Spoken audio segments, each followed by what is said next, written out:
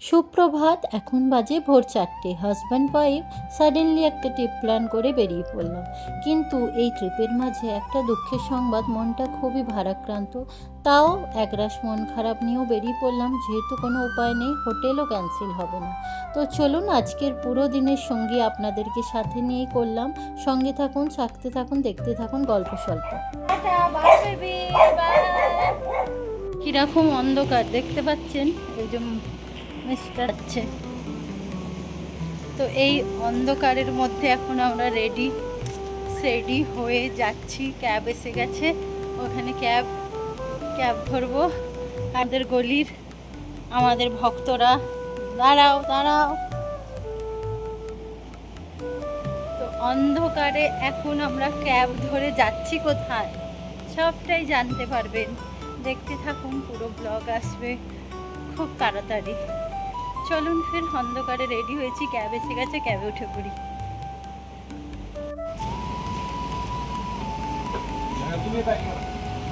সারা অন্ধকার, আর আমাদেরকে যাওয়ার আগ লেগে আছে। তো দেখেছি অন্ধকারে আমরা যাচ্ছি। এখন ক্যাব এসে গেছে টাইমে।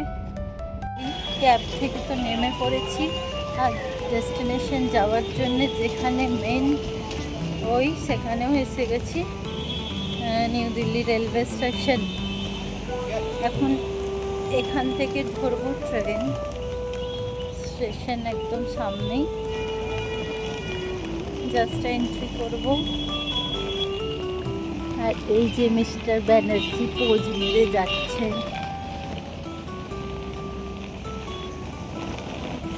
তো দেখে তো চিনতেই পেরেছেন হবে, এটা নিউ দিল্লি স্টেশন। এই স্টেশন থেকেই আমরা ট্রেন ধরবো, যাব আমাদের ডেস্টিনেশনে। কোথায় যাব, কি করব, কীরকমভাবে প্ল্যান হয়েছে, সবটাই জানতে পারবেন। পুরো ব্লগে বেনে থাকেন, প্রথম থেকে শেষ পর্যন্ত দেখুন, তবেই সবটা জানতে পারবেন যে আমরা হঠাৎ কেন প্ল্যান করেছি আর কীভাবে বেরোলাম। আমরা জাস্ট স্টেশনের কাছেই একদম এন্ট্রি নেব স্টেশনে। চলুন এন্ট্রি তো করবো, কারণ তো লাইন দেখেন, মনে হচ্ছে 1-2 দিন লাগবে যেতে ভেতরে, এত লাইন। কোথায় আমরা দাঁড়িয়েছি একদম লাস্টে, এটা কোনো জানি না, এই যে কোনো কনস্ট্রাকশন হচ্ছে, কি হচ্ছে, কি নিয়ম, পুরোটা দেখছেন ব্যারিয়ার দিয়ে ঘেরা আছে। আর লাইনটা দেখতে পাচ্ছেন, এখান থেকে এই লম্বা লাইন হয়ে তারপরে এখানে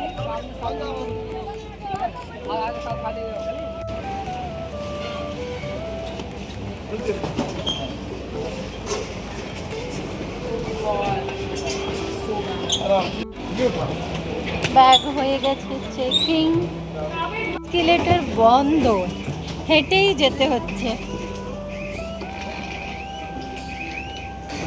তো ফাইনালি ওপরে উঠে এলাম। এবার আমাদের প্ল্যাটফর্মটা দেখতে হবে কত নম্বরে। এই বিখ্যাত নিউ দিল্লি স্টেশন, ভিড় ভাড় ভরা। ফাইনালি এসকেলেটর আবার বন্ধ, সিঁড়ির কাজ করছে এখন, যে পুরো টোটালি স্টপ। জানি না কেন বন্ধ, মনে হচ্ছে সিঁড়ি দিয়েই নর্মাল উঠছি নামছি। আর এই যে আমাদের গাড়ি আছে একদম সামনেই, এই ট্রেনটাতেই যাওয়া হবে এখন। ফুল ট্রেনে এখনই বসে পড়ছিলাম। আমরা ভেবেছিলাম এইটা আমাদের ট্রেন, বাট এটা বন্দে ভারত। আমরা যাবো শতাব্দীতে, এটা শতাব্দী না, এটা বন্দে ভারত। আমরা এখন ওয়েট করছি শতাব্দী, তারপরে এই ট্রেনটা চলে গেলেই এখানেই আসবে আমাদের গন্তব্যে যাওয়ার ট্রেন।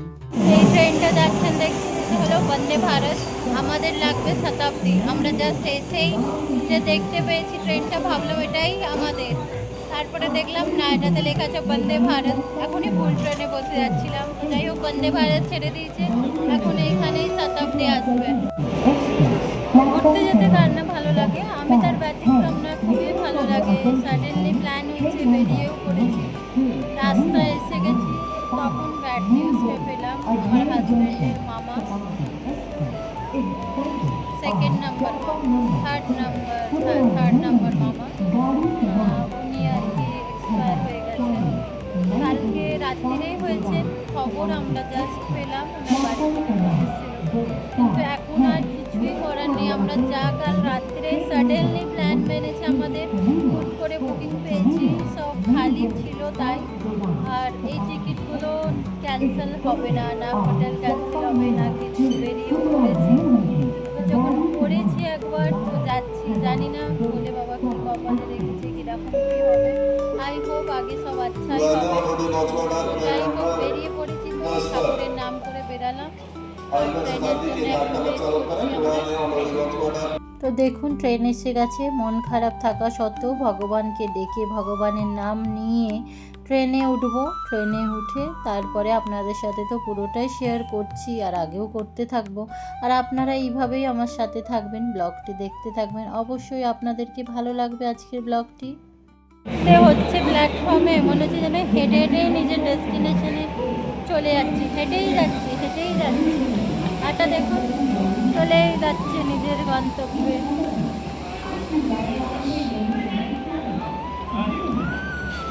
ট্রেন ছেড়ে দিয়েছে, আর আমাদের সিট একসাথে হয়নি, একটা এইটা আর একটা ওই দিকে, ওই সিটটা যেটা ফাঁকা দেখা যাচ্ছে ওটা আমার সিট। এখানে এখন কেউ নেই বলে আমি বসেছি, এমনি আসবে চেঞ্জ করে নেবো। তো দেখা যাক, ট্রেন তো টাইমে ছেড়েছে, কীরকম কী করছে, বাকি তো গিয়ে আপনাদের সাথে দেখাতে থাকবো কোথায় যাচ্ছি। তো চলুন, নিউ দিল্লির থেকে ট্রেন ছেড়ে দিয়েছে। এই স্টেশন থেকে যখনই ট্রেনটা ছাড়ে দিল্লির থেকে, মনটা খুব ভালো হয়ে যায়, কারণ বাড়ি যখন যাই তখনও তো এই স্টেশন থেকেই যাই নিজের বাড়িতে, তার জন্যে। তো আজকে যেহেতু বাড়ি যাচ্ছি না, তাও যাচ্ছি তো ঘুরতে, একটু আনন্দ আছে। আর উঠতেই ট্রেনে পেয়ে গেছি গরমা গরম চা। তো চলুন চাটা খেয়ে নিই, খেয়ে দিয়ে আপনাদের সাথে সবটাই শেয়ার করছি। চায়ের সাথে আরও অনেক কিছু দিয়েছে। ব্রেকফাস্ট এসে গেছে হাজির, এবার আমরা খাবো। এতে আছে ব্রেড, এটাতে আছে কাটলেট, ভেজি দিয়ে গেছে। এটা হচ্ছে একটা লাইম জুস, ये पास सॉस বাটার।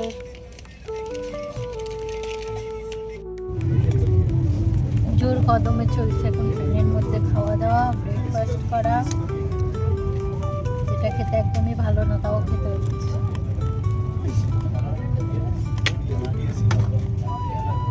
এই যে স্যান্ডউইচ বানিয়ে নিচ্ছি, বড়া পাও স্যান্ডউইচ।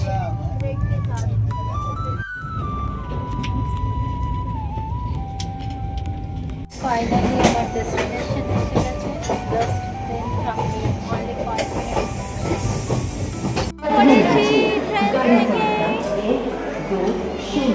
কোথায় এসছি কেউ গেস করতে পারছেন কি? কোন স্টেশন এটা? কোথায় এলাম আমরা? বলুন এটা কোন স্টেশন, কেউ চিনতে পারছেন? ফাইনালি ছেলেকে ছেড়ে দুজনে লায়লা মজনু চলে এসেছি আমরা হরিদ্বার। ছেলেকে ছেড়ে মা বাবা ঘুরতে চলে এসেছি, কি যে জ্বালায় পড়েছি। তো হ্যাঁ, বিয়ে করে 20 বছর একসাথে লড়াই ঝগড়া করে পার করেছি, তো অ্যানিভার্সারির জন্যেই ঘুরতে এসেছি। তো আপনাদেরকে পুরো ব্লগ শেয়ার করব, একটা ব্লগে তো সবটা শেয়ার করা সম্ভব না। আগামী ব্লগও দেখবেন, 2টো পার্টে আসবে, আরও 2টো পার্ট আসবে। তো আজকের জন্য এখানেই বিদায় নিলাম, নেক্সট ব্লগে আবার দেখা হবে। টাটা বাই বাই, সবাই ভালো থাকবেন।